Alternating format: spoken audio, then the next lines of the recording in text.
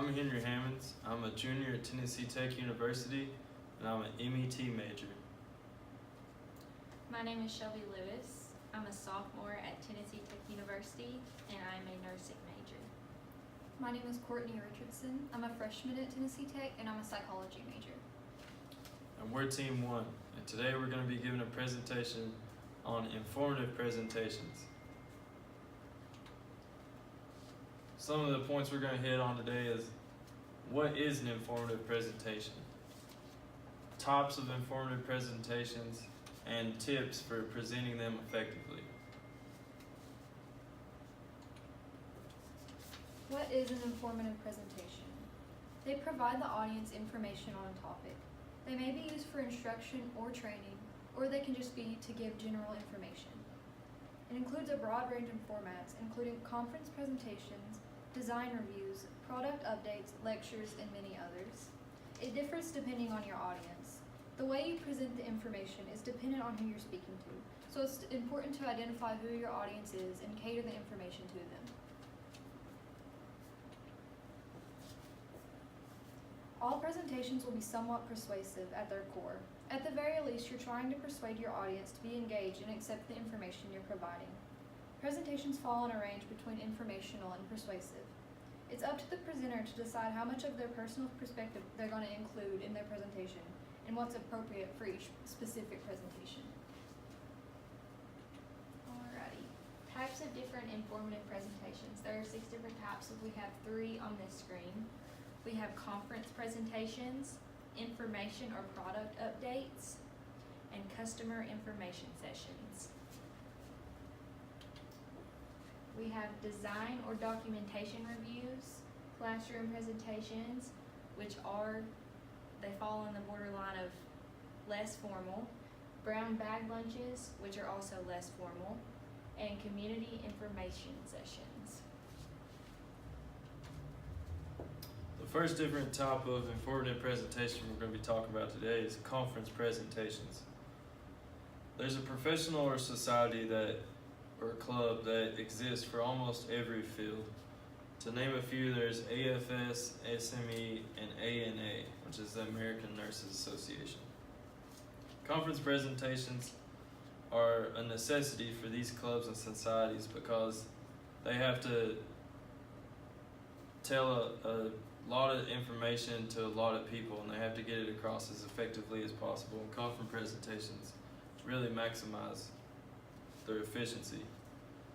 These are intended to be informational, and professionals come together to share information and get new ideas and intel about what's going on in their field and industry. And the most common layouts for conference presentations is panel discussions, where you'll have 3 or 4 members with their cardboard cutouts and their presentation right there in front of you, or roundtables with 4 or 5 people discussing what's going on in the matter. The standard length for conference presentations is around 15 to 20 minutes, but each conference has its own set of standards for things such as format, time, and technology used in the presentation. Information or product updates. They provide the audience with updated information about a service or product, so the product can be used in its most efficient way. They're more informative than persuasive, and they're used by technology communicators, trainers, and engineers. Updates require you to consider what the audience already knows about the product, and then deliver the new information to them.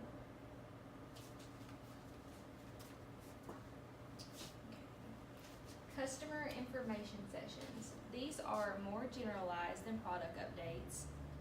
They give people information about a service, product, procedure, or company. They're designed with a focus on the type of audience. Is your audience managers? Are they engineers? Are they scientists? Or any other kind of professionals? Many customers are flown in for the presentation, but some are able to view from interactive television or even video conferencing. Knowing your audience and purpose will help you focus on what kind of information is relevant for your presentation, and you will see that in the following slides as well. Another type of informative presentation is design or documentation reviews. These presentations are somewhat persuasive. Reviews are informational. The presenter hopes the audience will accept, with little to no change, the plan that's being presented. The reviews are designed to update others about the status of an ongoing project and then the next phases in it to be accomplished. The creator of a product brings a beta version or first draft to present.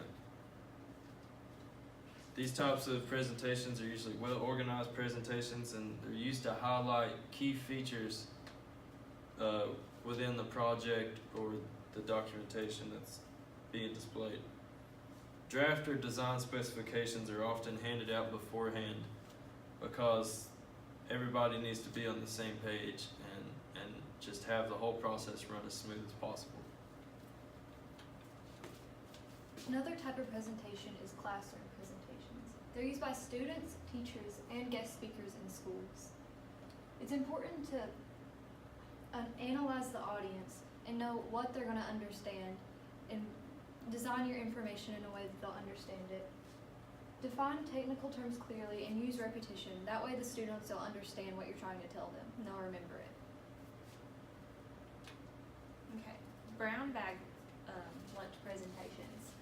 These are the least formal of all of the presentations or informative presentations. This is where employees bring lunches and sit in a conference room or classroom while an invited guest speaker, usually of the same company, gives a brief presentation. Usually this would be like health coverage or something in that range.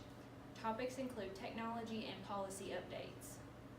Brown bag presentations must not run over because the employees are on their lunch break and must return to work. With this presentation comes a very good reason to use appropriate humor, such as cartoons about workplace issues that you may feel to be necessary. Our last different type of informative presentation is community information sessions. A lot of times there's technical communicators, engineers, scientists, and other experts are often asked to give presentations at a community event, such as an industry professional coming to a college class that relates to the industry that he's coming for to talk about to the students. Or another example is a guest speaker coming to a library to just talk to the community. They're held at community events, and the majority of the time they're focused around science or technology. They'll be displaying complex information that the presenter knows more about than the audience, and so they have to relay that information to them and make it more simplified for everyone to understand.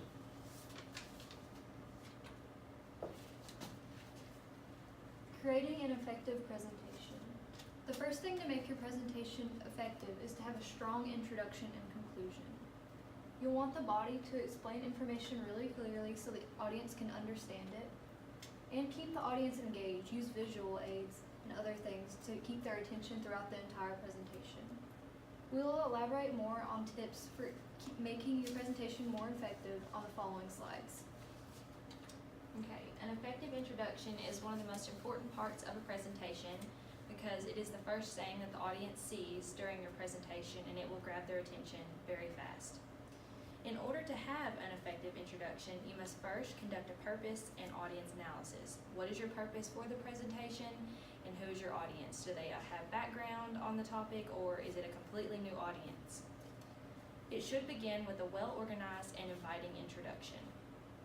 You want to make sure your introduction is exciting and compelling so the audience wants to keep listening. Your topic must also connect with what your audience cares about to keep them open-minded throughout the rest of the presentation. Another tip to present your presentation as effectively as possible is to be cautious with technical jargon. Almost every scientific field has its own set of specialized terms or shorthand. And for those who have a background of the material, shorthand is very useful and efficient. But for others, it can be confusing and frustrating. You want to have not too little shorthand, but not too much. You might talk about something at the beginning and explain it, and then from there on, use shorthand to talk about the topic. And you want to determine how much background knowledge your audience needs before the presentation begins, so that you know where it's a starting point, what's acceptable, what's not. Explain the topic clearly. Clarity based on solid audience analysis. You need to analyze who your audience is and then cater your presentation to what would be best for them. Pay attention to spoken and written communication to notice clarity. And avoid jargon. Appeal common interests and connect ideas. Okay, show enthusiasm. This is also another very important part of your presentation because it lets your audience know that how you feel about this topic, and it just gets them more excited about the presentation as well. You should always be upbeat in your presentations. Don't go overboard, obviously. It's very important to be sincere as well when presenting because your audience will always know otherwise. Even if you are assigned a topic that doesn't particularly interest you, find a way to make the concepts fresh and exciting. Ask others in your organization for their input, or hunt the web and find exciting visuals to make it interesting. Information presentations are an excellent way for you to bring a new perspective to what otherwise is an unappealing technical topic. Another tip that's very essential for giving your presentation effectively is including visual aids. You want to maximize your use of your slides on your presentation. You want to try to use overhead projectors and computer projections as much as possible because they just make life easier, and technology really helps get the information out to everybody as simply as possible. You want to use visual aids to hold your audience's attention and make information easier to comprehend. Like right here, this visual aid doesn't include any information about the subject. It's just here to hold the audience's attention so that they have something to look at while they're listening to the presenter after they've already read these points, so that you don't lose their attention. And visual aids really only help with well-organized presentations. You don't want to have visual aids in a presentation that's all over the place because it's only going to make it worse.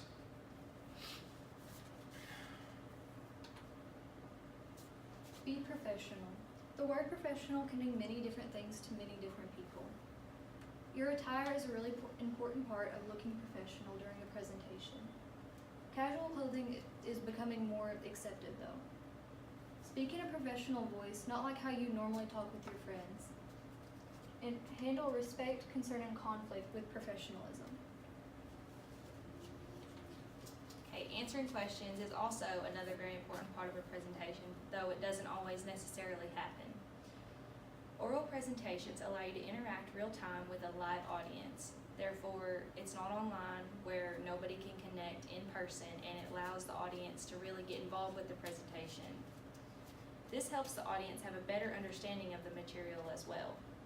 Questions also allow for the option of discussing something that was not in the presentation, whether it be a new idea that has nothing to do with the topic, or something that you might not have thought of and you said, oh, that would be great for my next presentation on this topic.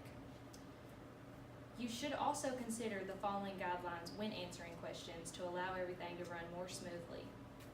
Stay informed, show respect, don't let one or two dominate the discussion, provide pointers, admit when you don't know something, and restate the question if someone does not understand it or hear it. Yeah, Q&As are beneficial to everyone after a presentation if you have time.